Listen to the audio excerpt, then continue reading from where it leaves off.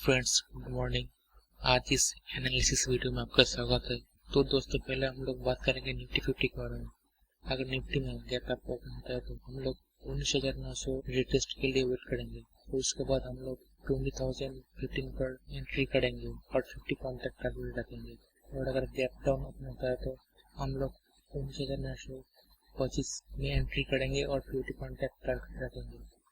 अगर हम लोग बैंक निफ्टी के बारे में बात करते हैं तो बैंक निफ्टी में अगर गैप अप ओपन होता है तो हम लोग 35,497 पे हम लोग रिटेस्ट के लिए वेट करेंगे। पूरा हम लोग एंट्री 35,800 पे कॉल का तरफ होगा। 100 पॉइंट्स तक हम लोग का टारगेट रहेगा। और अगर बैंक निफ्टी में गैप डाउन ओपन होता है तो हम लोग एंट्री 35,225 के नीचे एंट्री होगा और 200 पॉइंट्स तक टारगेट रहेगा।